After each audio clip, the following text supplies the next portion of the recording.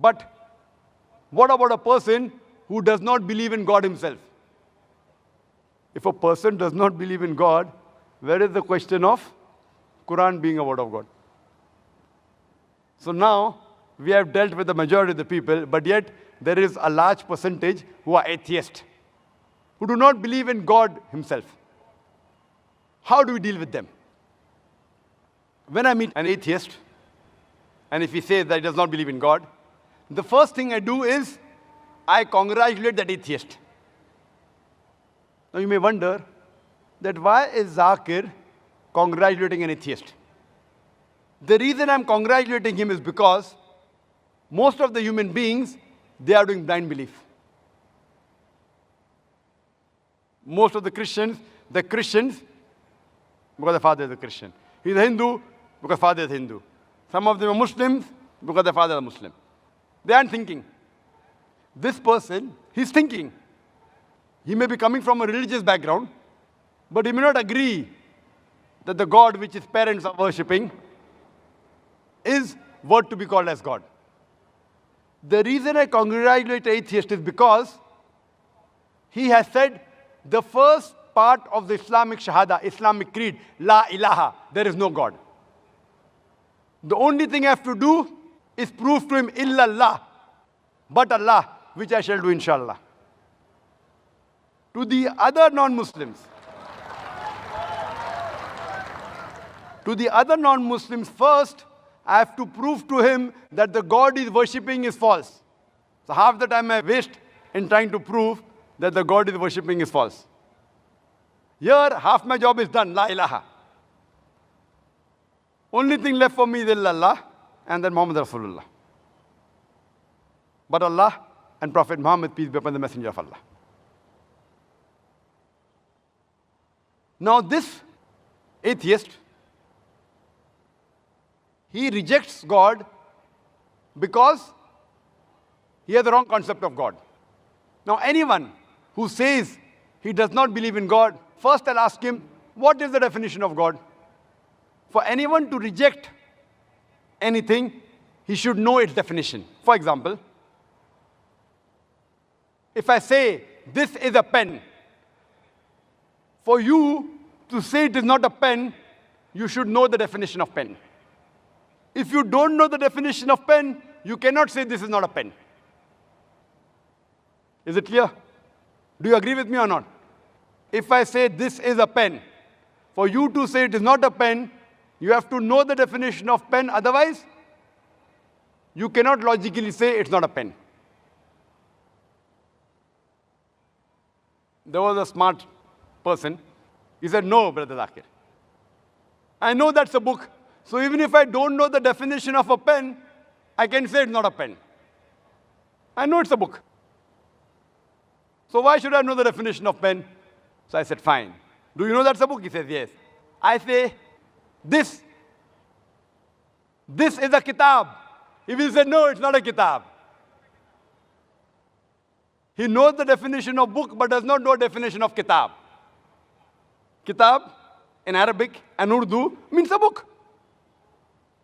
If I say this is a pen, knowing definition of a pen is more important than knowing what is this.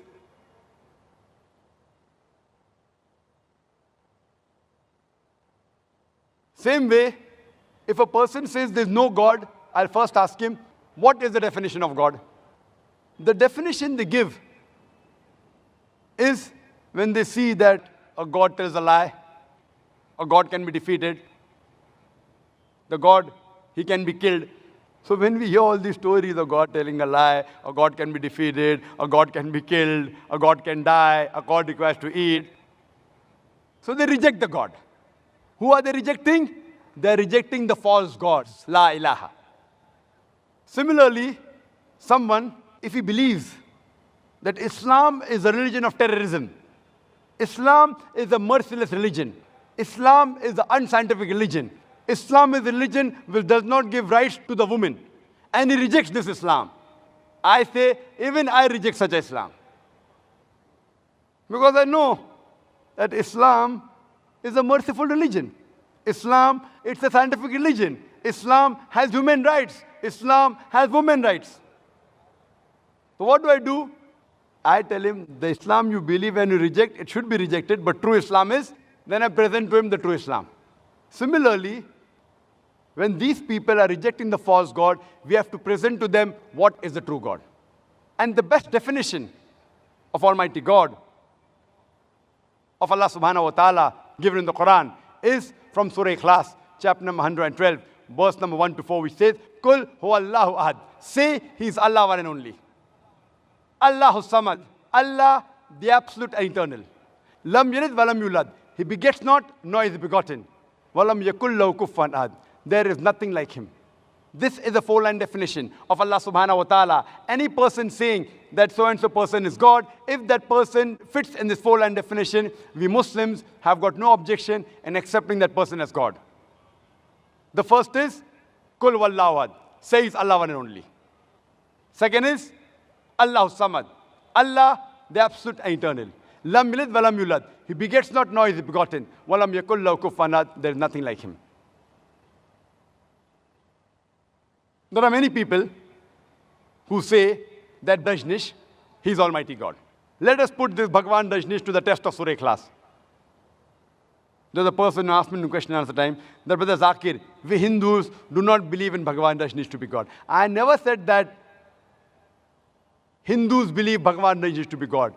I've read the Hindu scriptures. Nowhere do the Hindu scriptures say Bhagwan Dajnish is God. I said some human beings, some people believe Bhagwan Dajnish to be God. Let us put this Bhagwan Dajnish to the test of Surah Ikhlas. The first is, Qul huwallahu ahad. Says Allah one and only. Was Bhagwan Dajnish one and only? Was he the only man who claimed divinity? There are hundreds who have claimed divinity. And in this country alone, there are thousands who have claimed that they were gods. He's not the only one. But the Rajnish Bhakt will say, no, He is one and only, He is unique. Let's go to the next test. Allahu samad. Allah, the absolute eternal. Was Rajnish absolute eternal? We know from the autobiography of Rajnish, he says that he was suffering from asthma, from chronic backache, from diabetes mellitus. Imagine Almighty God suffering from asthma, chronic backache, diabetes mellitus. Third test is, Lam yalid walam yulad. He begets not, nor is begotten. We know Bhagwan Rajnish. He was born in Madhya Pradesh. And later on, in 1981, he goes to America and takes thousands of Americans for a ride. And in the state of Oregon, he starts his village called as Rajnishpuram. Later on, the American government, they arrest him and they put him behind bars. And Rajnish, he alleges that the American government, they slow poisoned me in the prison. Imagine Almighty God being slow poisoned. Later on, the American government, the king out of the country, he comes back to India and goes back to the city of Pune, where he has a center, which is now called as Osho Commune. And when you go to the center, if you go to Samadhi, it is mentioned there on the Samadhi, Bhagwan Rajnish, Osho, never born, never died, but visited the earth from the 11th of December, 1931 to the 19th of January, 1990. Never born, never died, but visited the earth from the 11th of December, 1931 to the 19th of January, 1990. They forgot to mention on a Samadhi that he was not given visas to more than 21 countries of the world. Almighty God coming to visit the world, and he requires visas. And the Archbishop of Greece said that if you don't remove Rajnish out of this country, we'll burn his house and the house of a disciple.